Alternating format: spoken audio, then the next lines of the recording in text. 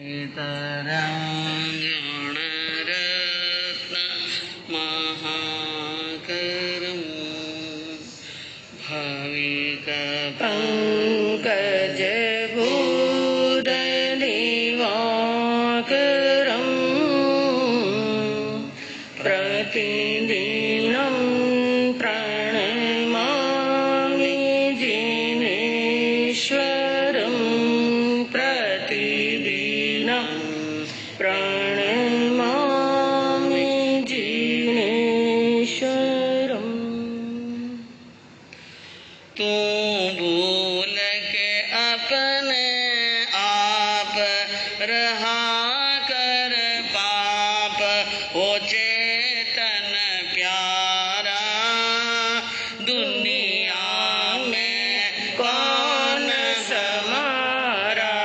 तू भूल के अपने आप रहा कर पाप हो चेतन प्यारा, दुनिया में कौन हमारा।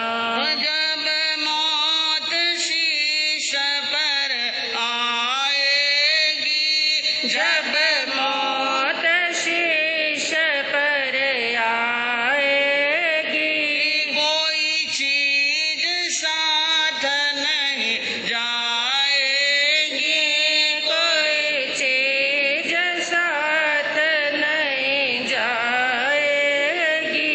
माँ भाई बाप नहीं देगा कोई सहारा, दुनिया में कौन हमारा।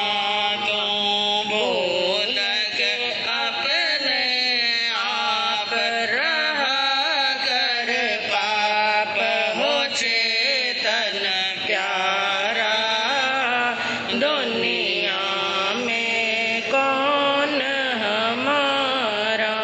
ये जितने रिश्ते नाते हैं, ये जितने रिश्ते नाते हैं, सब मरघट तक ही जाते हैं, सब मरघट तक ही जाते हैं। फिर हंस अकेला करता कुछ किनारा, दुनिया में कौन हमारा।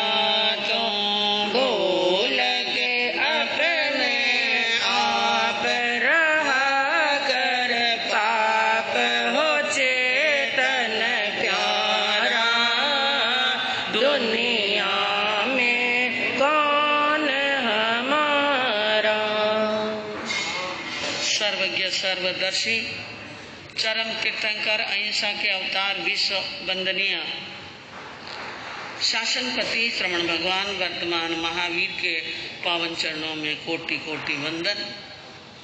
हृदय की अनंत अनंत आस्था के आयाम, संयम धन के दाता, संसार सागर से तिरने का सन्मार्ग बताने वाले पूज्य गुरु भगवंत श्रवण सूर्य दिव्य विभूति 1008 श्री मुरगर केसरी मिश्री मलजी महाराज साहब के पावन चरणों में कोटि कोटि वंदन।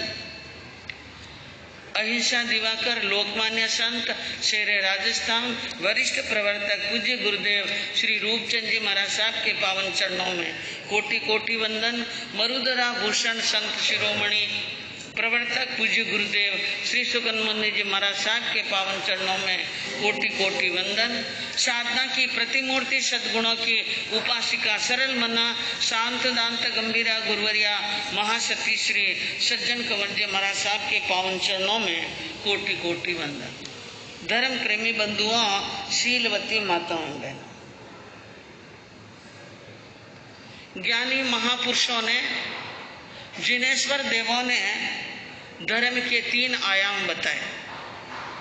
धर्म के 3 आयाम बताए, आध्यात्मिकता, नैतिकता और उपासना।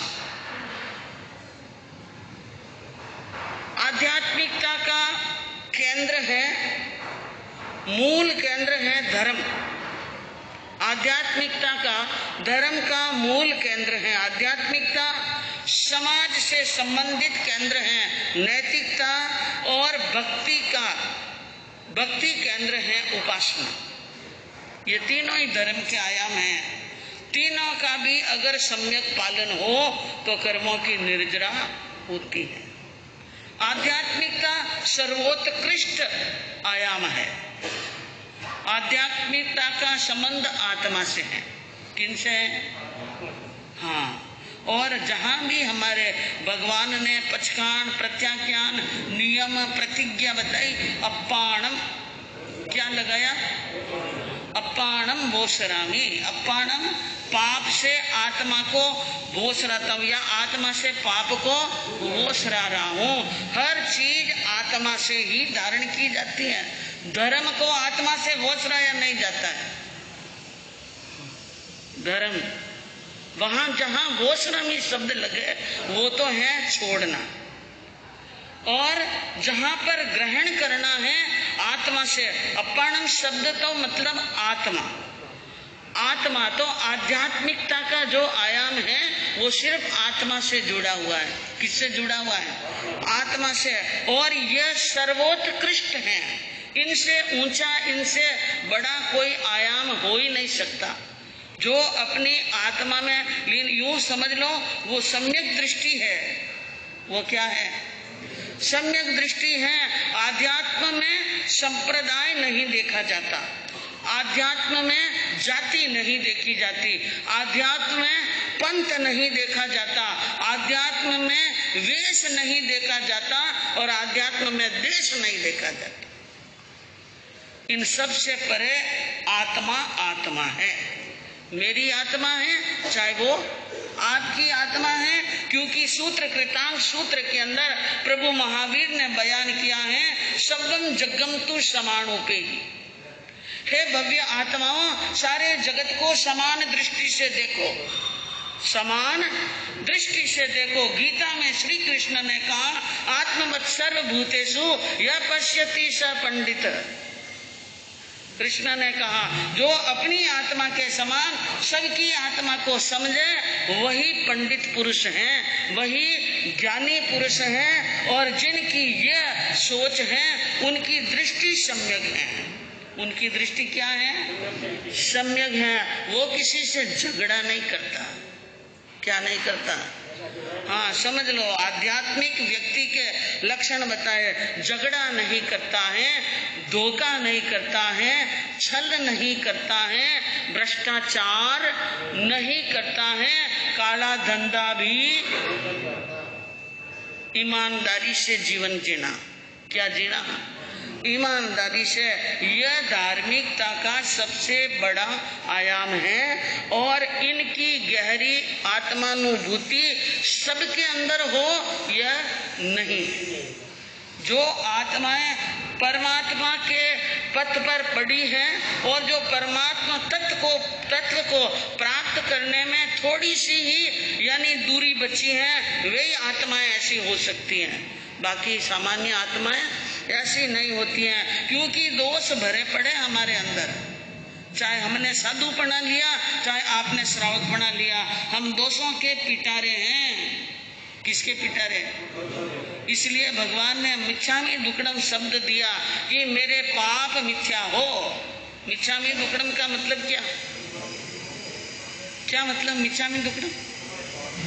मेरे जो पाप हैं वो मिथ्या हो।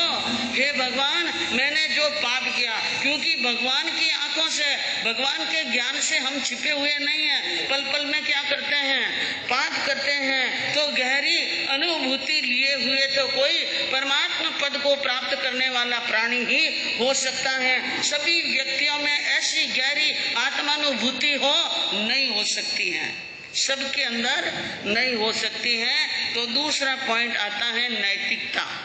नैतिकता का संबंध है समाज से।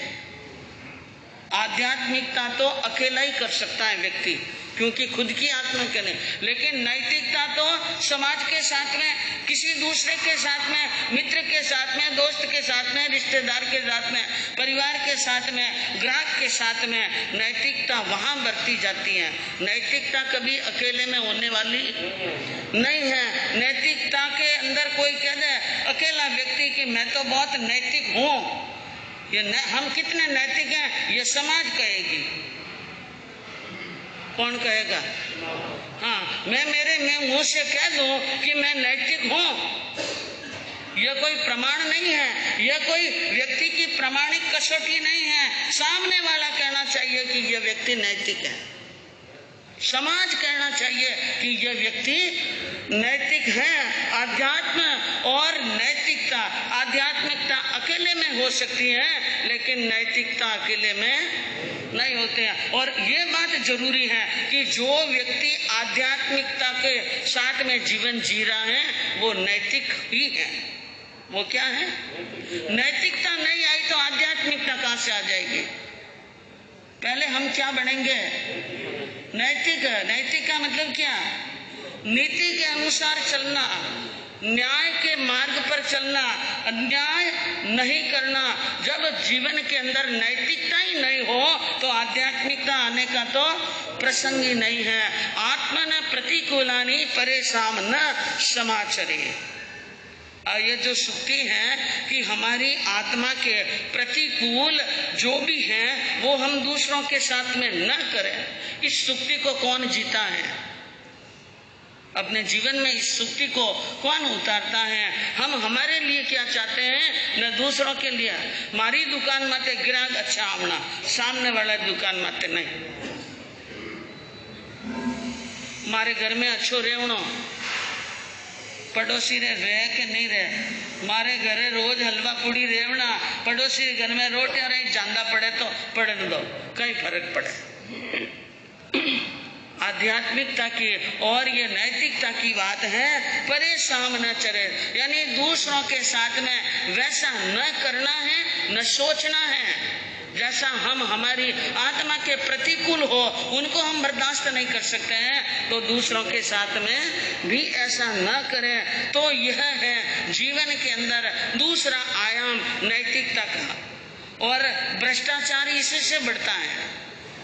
भ्रष्टाचार बढ़ने का तरीका यह है। और आज के जमाने के अंदर भ्रष्टाचार कोई एक क्षेत्र में नहीं है, एक जाति में नहीं है, एक व्यक्ति में नहीं है, या अमुक स्थान पर अमुक देश में ही हो, नहीं, सार्वभौम हो गया।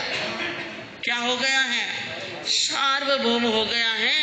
एक ही भ्रष्टाचारी तबाह करने के लिए बहुत है। एक व्यक्ति ने, एक ज्ञानी ने कहा, एक ही उल्लू काफी है, एक ही उल्लू काफी है वरदान गुलिस्ता करने को। हर डाल पे उल्लू बैठा है, अंजाम गुलिस्ता क्या होगा? गुलिस्ता को बर्बाद करने में एक ही उल्लू काफी है, लेकिन हर डाल पर उल्लू बैठा है तो गुलिस्ता का क्या अंजाम होगा? ये तो हम अपने मन के अंदर सोच सकते हैं। हर जगह पर, हर जाति में, हर व्यक्ति में भ्रष्टाचार छिपा हुआ है। क्यों? कि नैतिकता नहीं है। और नैतिकता नहीं होने का कारण भी बताया, लोभ और अव्यवस्था। क्या है? लोभ और अव्यवस्था। जब तक लोभ रहेगा, जब तक व्यवस्था बराबर नहीं होगी मानव की, क्योंकि अभी इस समय हम नरेंद्र जी मोदी जो प्रधानमंत्री है ना, वो क्या कर रहे हैं? व्यवस्था जमा रहे हैं। सबको रोटी मिले, सबको मकान मिले और सबको कपड़ा मिले। धरती के ऊपर मनुष्यों का पेट भरने के लिए अनाज की कमी नहीं है, कपड़े की कमी नहीं है, व्यवस्था नहीं है। बस आज घरों में भी कोई भाई भाई के बीच में झगड़ा होता हो, परिवार में झगड़ा हो, व्यवस्था बराबर नहीं है। अगर समान रूप से व्यवस्था बराबर हो तो कोई झगड़ा है क्या? कोई मन मुटाव है क्या? नहीं। एक ही व्यक्ति पंजा मार करके बैठ जाए और सामने वाला तरसता रहे तो फिर क्या है कि इस प्रकार की स्थिति होगी तो एक दिन विस्फोट तो होना ही होना है। तो बंधुओं, अव्यवस्था और लोभ। चौथा बताया उपासना। उपासना में क्या आता है? भगवान की भक्ति करना, भगवान की माला, नाम की माला फेरना, ईश्वर की पूजा करना, उनके नाम का स्मरण करना, उनके गुणों को याद करना, उनके उपकारों को क्या करना? याद करना, माला फेरना, सब कुछ करना है। इनसे भी कर्मों की निर्जरा होती है। किसे होती है? निर्जरा होती है। लेकिन यहाँ भी नैतिकता तो चाहिए। एक व्यक्ति 1 घंटा समाई करे, एक व्यक्ति 1 घंटा स्वाध्याय करे, एक व्यक्ति अपने घर के अंदर बैठ करके 1 घंटा भगवान की पूजा करे और दुकान पर जाकर के क्या करे? बेईमानी, काला धंधा, लोगों को ठगना, धोखा देना, धड़ी देना, इस प्रकार के काम करता है। यह उपासना नहीं कर रहा है, उपहास कर रहा है। क्या कर रहा है? उपहास कर रहा है। जहां पूरे दिन की क्रूरता को चींटी के बिल में एक मुट्ठी भर शक्कर डाल करके क्रूरता के पाप से बचना चाहता है, वो जिंदगी में कभी बचने वाला नहीं है। और अगर वो ऐसी कोई उपासना कहता है, वो उपासना नहीं है। दोषों को बढ़ाने का क्या है? दोषों का प्रशय, दोषों को बढ़ाने का, गलतियों को प्रश्रय देने का एक आश्रय दे रहा है कि पाप करो न, फिर क्या कर लो? भगवान की भक्ति कर लो। पाप करो, धोखाधड़ी करो, बेईमानी करो, कुछ भी करो। भाई यही तो बात हुई कि दुनिया के अंदर कहते हैं कि करत पाप चाहत कल्याणा और लोगन राम खिलौना जाना। करना तो करते तो हैं पाप और चाहते क्या है? कल्याण। जिंदगी को दोजक बनाते जा रहे हैं और जन्नतों के गीत गाते जा रहे हैं। जिंदगी को तो नरक जैसी बना रहे हैं। अगर जिंदगी हमारे कारण से परिवार की या समाज की जिंदगी में हम नार की यातना जैसा जहर घोल रहे हैं तो हम दुनिया में कभी स्वर्ग में जाने वाले? हाँ, जिंदगी को दोजक बनाते जा रहे हैं और जन्नतों के गीत गाते जा रहे हैं। ऐसे जन्नत मिलने वाला नहीं है। यानी कहते हैं आदमी के अंदर बहुत जहर पड़ गया, जहर घुस गया। आदमी में क्या घुस गया? आदमी में इस कदर विष बढ़ गया है कि विषधरों का वंश डरने लग गया है। आदमी में इस कदर विष बढ़ गया है कि विषधरों का वंश डरने लग गया है। कल सुनोगे आदमी के काटने से रास्ते में कोई सांप मर गया है। सांप के काटने से आदमी मरता है, लेकिन कल सुनोगे कि आदमी के काटने से रास्ते में कोई सांप, क्योंकि आदमी में जहर ज्यादा।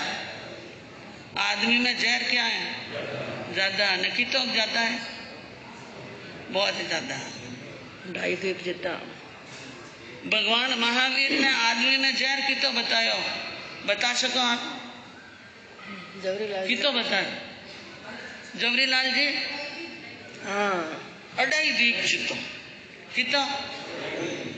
मेंढक में जहर किता, बिच्छू में जहर किता, सांप में जहर किता। किसी में भरत क्षेत्र जितना, किसी का जम्बू द्वीप जितना है, किसी में कितना, लेकिन सबसे ज्यादा जहर किसमें बताया? 2.5 द्वीप में जितना जहर मनुष्य में, और वो बताया किसमें?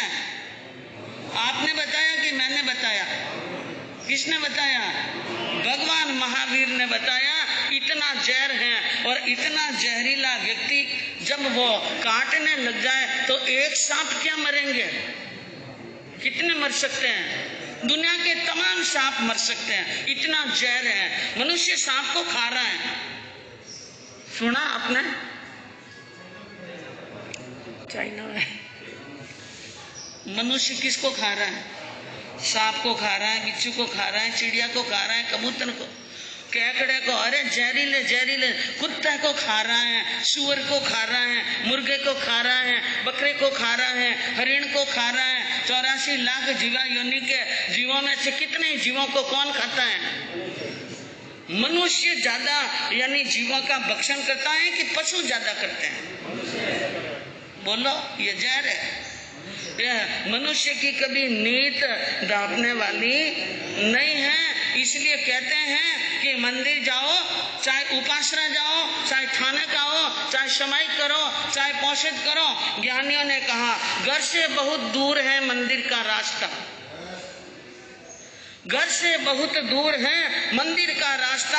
आओ किसी रोते को हंसाए, आओ किसी मंदिर जाए। मंदिर जाने में कोई मनाही नहीं है, थानक में जाए मनाही नहीं है, समाई कर लो मनाही नहीं है, लेकिन रास्ते में कोई तुम्हें रोता हुआ मिल जाए, उस रोते हुए को हंसा लो तो समझ लो भगवान तो राजी है। भगवान क्या है? हाँ, जाका बाप खिलाइए, ताका बाल, जाका बाल खिलाइए और ताका रिंजत बाप। आता है ना, आलोचना के अंदर आता है कि हम जिसके बालक को कोई खिलाता है तो माता पिता तो अपने आप ही क्या हो जाते हैं? राजी। अगर हम किसी गरीब को खिलाते हैं, हंसाते हैं, खिलाते हैं, उनको खुश करते हैं तो परमात्मा तो अपने आप ही क्या हो जाएगा? हाँ, इसलिए कहा कि कोई भगवान को ढूंढने के लिए कहीं पर भी जाओ, दुनिया के किसी कोने के अंदर। हमारे हिंदी के एक बहुत बड़े कवि हुए वियोगी हरि। कौन हुए?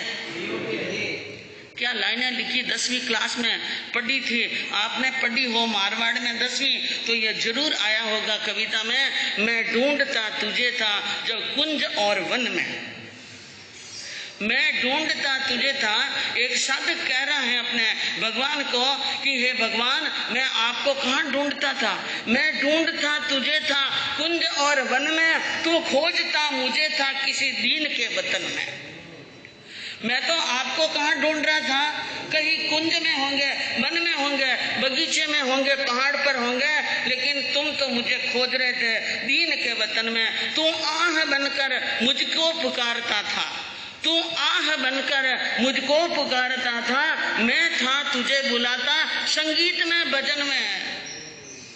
मैं तो संगीत गाता था, भजन गाता था और नाच कूद करके तुम्हें बुलाता था, और तू किसी गरीब की आह के अंदर मुझे पुकारता था। मैं था और मेरे लिए खड़ा था तू दुखिया के द्वार पर, मेरे लिए खड़ा था दुखिया के द्वार पर तो। मैं बाट जोता तेरी किसी चमन में, मैं तो तुम्हारी बाट कहाँ जो रहा था? किसी चमन में बेबस गिरे हुओं के बीच में खड़ा था तो। मैं स्वर्ग देखता था झुकता कहाँ चरण में। मैं तो देखता कि भगवान कहाँ है? स्वर्ग में। मैं देखता भगवान मंदिर में है, मैं देखता भगवान ऊपर आकाश में है, लेकिन भगवान मुझे ढूंढ रहे थे बेबस लोगों के बीच में, दीन दुखियों के बीच में और बड़े गरीब लोगों के बीच में। बंधुओं, हम गरीबों को और दीन दुखियों की सेवा करेंगे ना तो हमारी आत्मा का कल्याण तो हो ही जाएगा। हमारी आध्यात्मिकता शुद्ध हो, हमारी नैतिकता शुद्ध हो तो जीवन के अंदर बेड़ा पार लग जाता है। आपके सामने वर्णन चल रहा है कि पवन जी की अंजना जी की शादी हो गई। पवन जी की अंजना जी की क्या हो गई? शादी हो गई। बेटी ससुराल जा रही है और मासा क्या दे रहे हैं? सीख। एक तो सीख दे रुपया री हाथ रे मायने कहीं देवे रुपया, और एक देवे सीख, शिक्षा। तो माँ सीख दे रही है बेटी को, कहा बेटी सुयश लेके आना, यश लेके आना। दूसरी बात कही धर्म में क्या रहना। हाँ, 3 लोक में कल्याण करने वाला कौन है? धर्म है। अगर धर्म नहीं किया और भगवान का भजन नहीं किया, धर्म के ऊपर दृढ़ आस्था नहीं रखी तो हे बेटी, यह संसार के सुख, ये काम और भोग, ये राज और पाट, ये तो मिलते रहेंगे, लेकिन धर्म बार बार लबंती विमला भोए, लबंती सुर संपया, लबंती पुत्रमित्तम च एगो धम्मो न लब्बई। ज्ञानियों ने क्या कहा? लबंती विमला भोए है, इस आत्मा को विमल भोगों की प्राप्ति हो जाती है। और लबंती सुर संपया, देवलोक की संपत्ति मिल जाती है। लबंती पुत्र मित्रम च, पुत्र और मित्र मिल जाते हैं। एगो दम्मो न लब्बे, यह धर्म बार बार मिलने वाला नहीं है, इसलिए धर्म से नाता जोड़ कर रखना।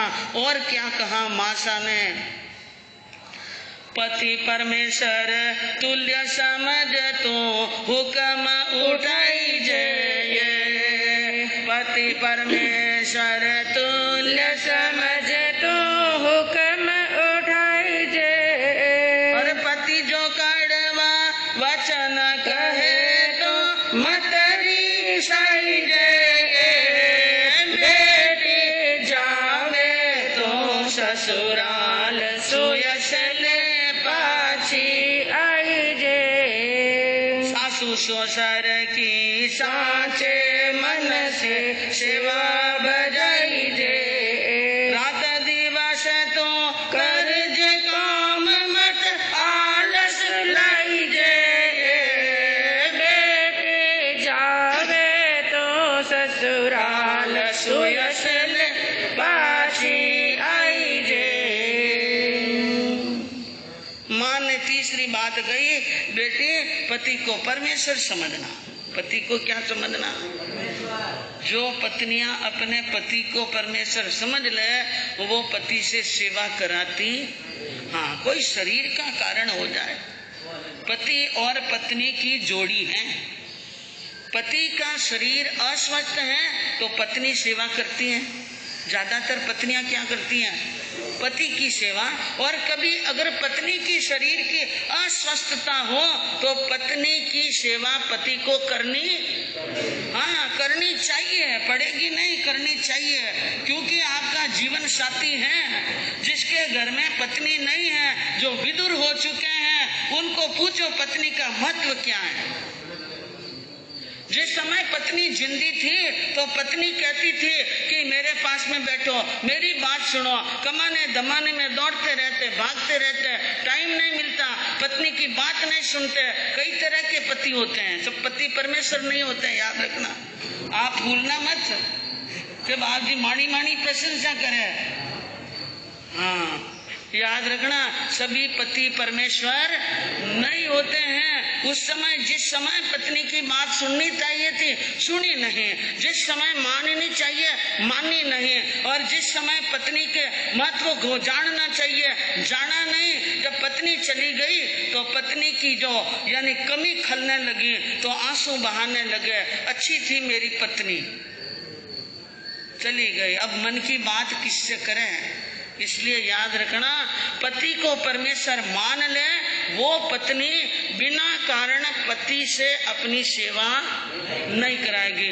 पति पूरे दिन बेजार होकर परेशान होकर आता है तो उनकी सेवा करना, उनके खान पान का ध्यान रखना, उनकी दवाई पानी का ध्यान रखना, उनके स्वास्थ्य का ध्यान रखना। क्योंकि पत्नी सिर्फ पत्नी नहीं है, पत्नी के 6 दायित्व मैंने पहले एक बार बताया कि कभी वो माँ बन जाती हैं, कभी बहन बन जाती हैं, कभी पिता की तरह वात्सल्य देती हैं, कभी वो भोग के समय रति और रंभा बन जाती हैं, घर के काम करते समय दासी बन जाती हैं और सलाह देने समय मंत्री बन जाती हैं।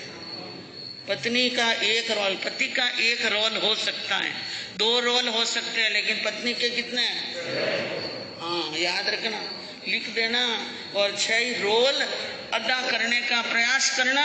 तो माँ ने कहा कि पति को परमेश्वर समझना, पति कड़वे वचन कह दे तो गुस्सा मत करना। सासू ससुर की सेवा, माँ बाप की सेवा समझकर सासू ससुर की क्या करना, सेवा करना। मैं कहूँ वो पुण्यवान है, भाग्यशाली है, तपस्वी है माता पिता, जिसके घर में बहुएं और बेटे बराबर क्या कर रहे हैं। अभी नास्तिक किसी बात की नहीं है बंधुओं, आज भी धरती पर ऐसे सपूत सज्जन शायर बेटे मौजूद हैं, ऐसी शायर बहुएं भी मौजूद हैं जो सास ससुर की क्या करती हैं, सेवा। लेकिन ऐसे घर बहुत कम मिलते हैं, और पुनवानी जोरदार हो तो ऐसे सेवा भावी रात दिवस तो काम कर दे, रात दिन काम करना, लेकिन आलस मत करना। मैं समझ रही हूँ ये चैन मुनि जी महाराज साहब ने ये जो चौपाई लिखी है, ये आजकल की दुनिया की बात को हाँ, क्योंकि समझाने के लिए रखा है। और कवि और संत कवि का कर्तव्य होता है कि समाज में पनपी हुई बुराइयों को किसी न किसी माध्यम से क्या करना, दूर करना। मैं कहूँ पवन जी की पत्नी अंजना राजा की रानी है, राजकुमार की रानी है, उनको काम करने की आवश्यकता, हाँ, उनको तो निगरानी रखनी है, लेकिन यहाँ पर का काम करना। ननंद जेठानी और देवर का दिल न दुखाना। ननंद जेठानी परिवार में ससुराल के जो सदस्य हैं उनका दिल नहीं दुखाना है, हिल मिल कर चलना है, कभी राड़ झगड़ा नहीं करना, आनंद में रहना, सदाचार में रहना, आनंद में रहना और सदाचार में रहना। क्योंकि सदाचार हमारी जीवन की पूंजी है। जिन्होंने सदाचार को खो लिया, चारित्र को खो लिया, सब कुछ खो लिया। जीवन के अंदर चारित्र चला गया, जीवन के अंदर तो पानी चला गया। तो कहते हैं कि पानी गए न उबरे मोती मानस चून। मोती और मानस और चूना, इसका पानी मर गया तो कोई काम का नहीं। किसी की आंख का पानी मर गया, समझ लेना वो मनुष्य नहीं है, जानवर की समान है। दोनों कुल की साच कहूँ शोभा बढ़ाई है। माँ ने कहा दोनों कुल की क्या बढ़ाना, शोभा बढ़ाना। तो बंधुओं, ये माता जी की दी हुई शिक्षा है। बेटी सुन रही है अंजना, और नीचे नैन किए हुए, हाथ जोड़कर, आंखों को नीचे किए हुए हाथ जोड़कर सुन रही हैं। और अब वो अंजना क्या जवाब देती हैं। आज हमारे यहाँ पर श्रीरामपुर बेंगलोर से श्रीमान ताराचंद जी साहब गुगलिया पधारे हैं, सब परिवार यहाँ पर। मैं आपको थोड़ा सा बता दूं कि श्रीमान ताराचंद जी साहब गुगलिया के दादाजी श्रीमान चंपालाल जी साहब गुगलिया और पिताजी श्रीमान लालचंद जी गुगलिया, इन दोनों ने राणावास के अंदर स्थानकवासी वर्धमान शिक्षण संस्थान के अंदर अपना पद ग्रहण करके और इतने यानी संस्था को आगे बढ़ाया और इतनी संस्था की वहां पर यानी देखभाल की है। पूज्य गुरुदेव मर्दर केसरी जी महाराज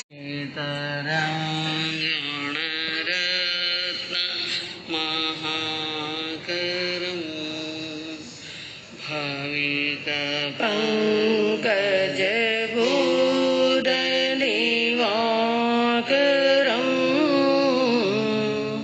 प्रतिदिनं